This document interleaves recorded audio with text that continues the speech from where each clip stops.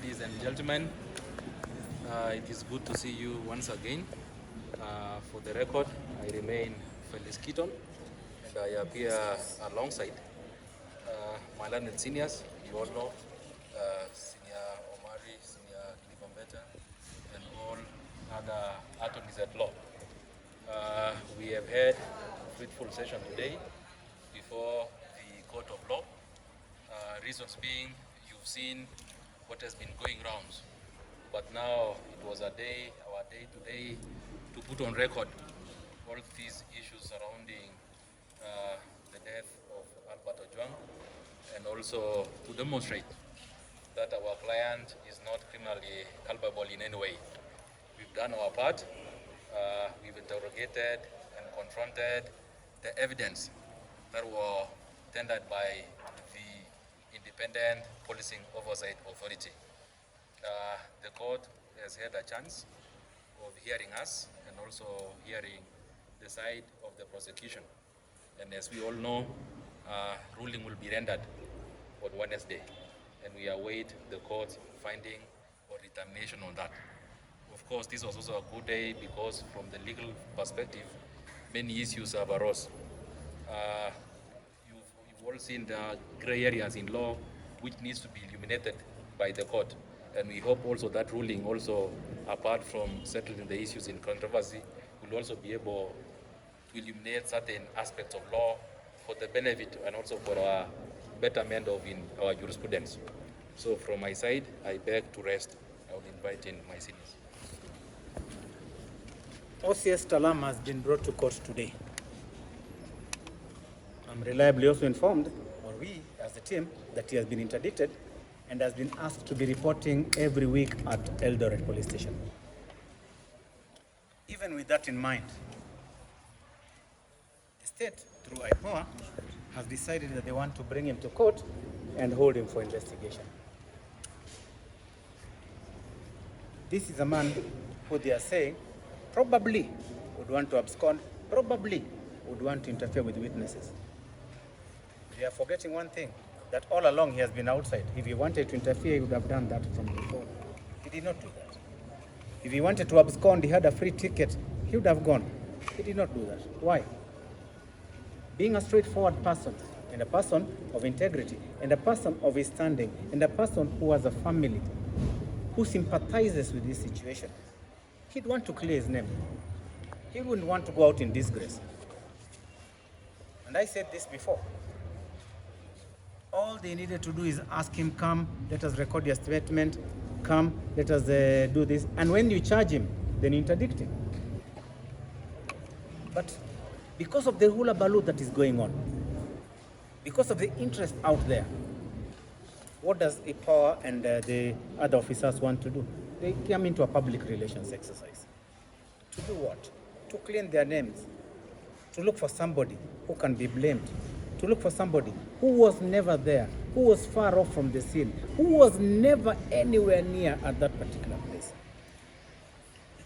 And they say he wants to interfere with the CCTVs and such kind of a thing, when already IPOA had already taken over the scene before he arrived there.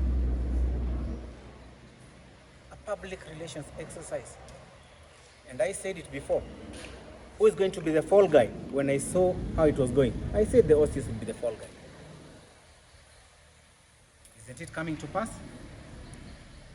Instead of us playing this public relations exercise, let us go to the nitty-gritty of the case. Let us find out the details. Let us do the investigation. And in all this, as we do it, let us be fair. Let us use all this that we call the fundamental rights and everything. They are there for a reason. They are there to protect such kind of victims and other persons. Let us not play public relations.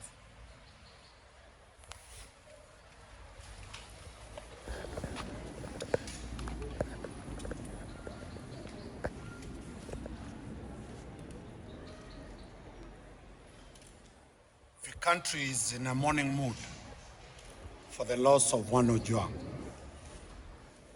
The defense team here passes condolences to that family.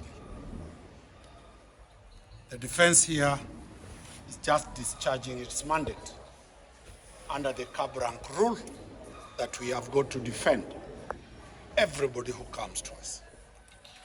Our client, Talam, passes condolences to the family of Ojwang. But after that, several key points need to come to the public. One, Mr. Talam was never arrested in Eldoret, where he comes from. His lawyer, Keaton, presented him to the DCI, and the DCI took him to IPOA, where he recorded a statement. Number two, Mr. Talam had handed over the station to his deputy and handed over all the instruments of an OCS, which is the office, the pocket phone and everything, when this occurrence happened. And we shall be raising a defense of alibi. Third, IPOA has confirmed that the deceased died in a police cell. The law of anybody who dies in a police cell is in section 385, 386, 387, and 388 of the Criminal Procedure Code. An inquest happens. We have gone to the High Court, filed a constitutional petition before the judge that the arraignment of the OCS is actuated by other exterior issues. The political class, civil society, and very many other actors are being blood for the DIG, who equally comes from Eldoret. And that is why we are very clear that let not Talam be sacrificed just because of his ethnicity. For record purposes, the DIG reported an offense, an allegation. Communication between the DIG to an OCS does not exist.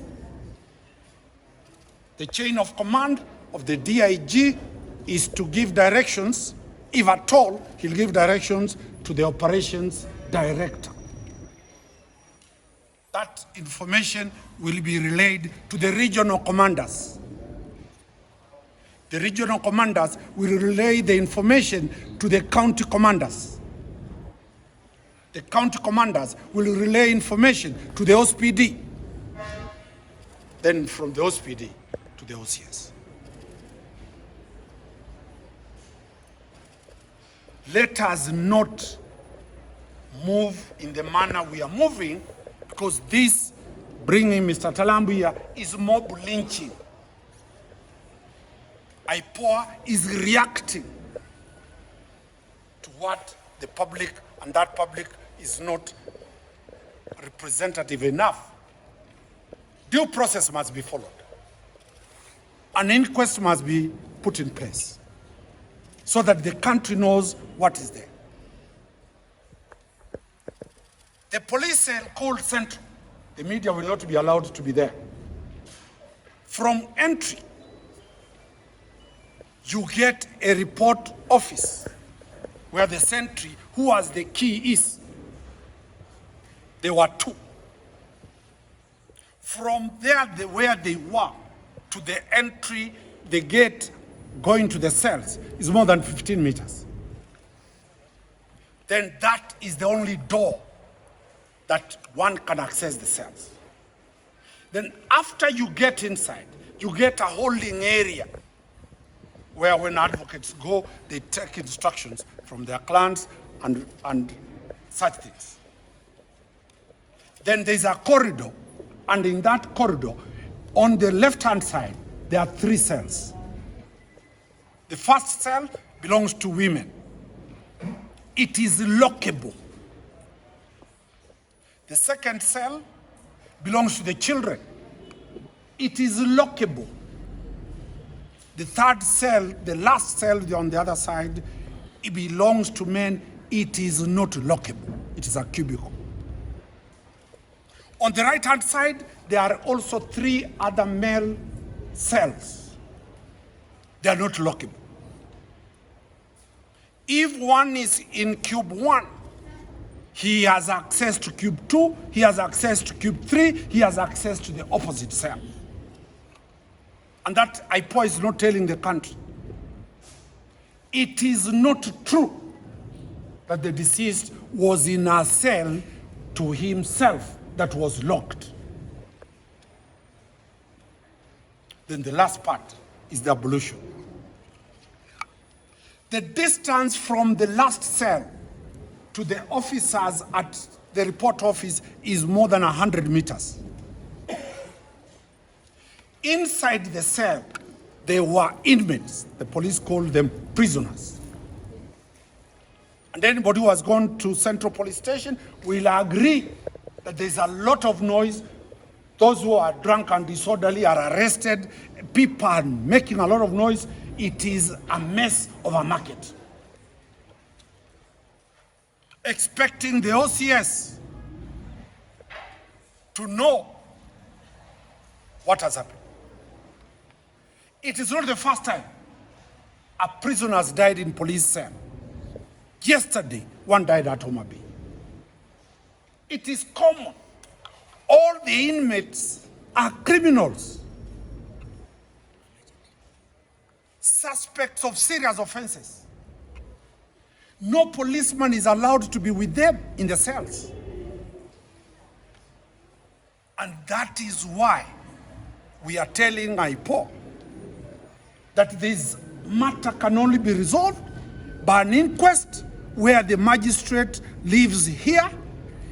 Members of the Fourth Estate are allowed to access the cells, and the interrogation is conducted where everybody will give his explanation, and the recommendation goes to the DPP. If the DPP finds somebody culpable, that person is the one to be arrested, and the DPP approves the charges. We know very well the commissioners in IPOA are greenhorns. They came to the office 2 months ago. They might not be knowing the right procedures to follow. Ojwang was killed illegally. They cannot also process Talam and the others illegally. Due process must be followed. The due process we are demanding as a defense is that let them follow what is prescribed by law.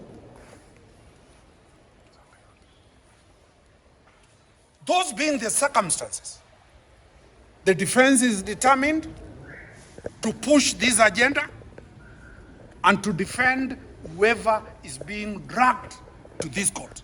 We are aware political parties have filed petitions for the removal of the DIG. We sense, and we are very certain, politics is in this matter. We are not politicians.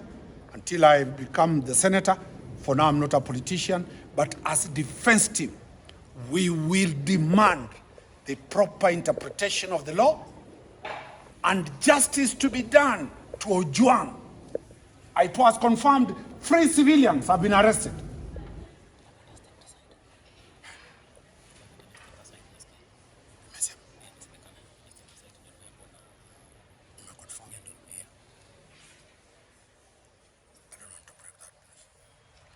I don't want to say who has stepped down because I'm not the government spokesperson. The media can follow who has stepped down. But as we are putting this thing in order, the position is very clear that Lagat has nothing to do. Not Lagat, Talam has nothing to do with this matter. Thank you very much.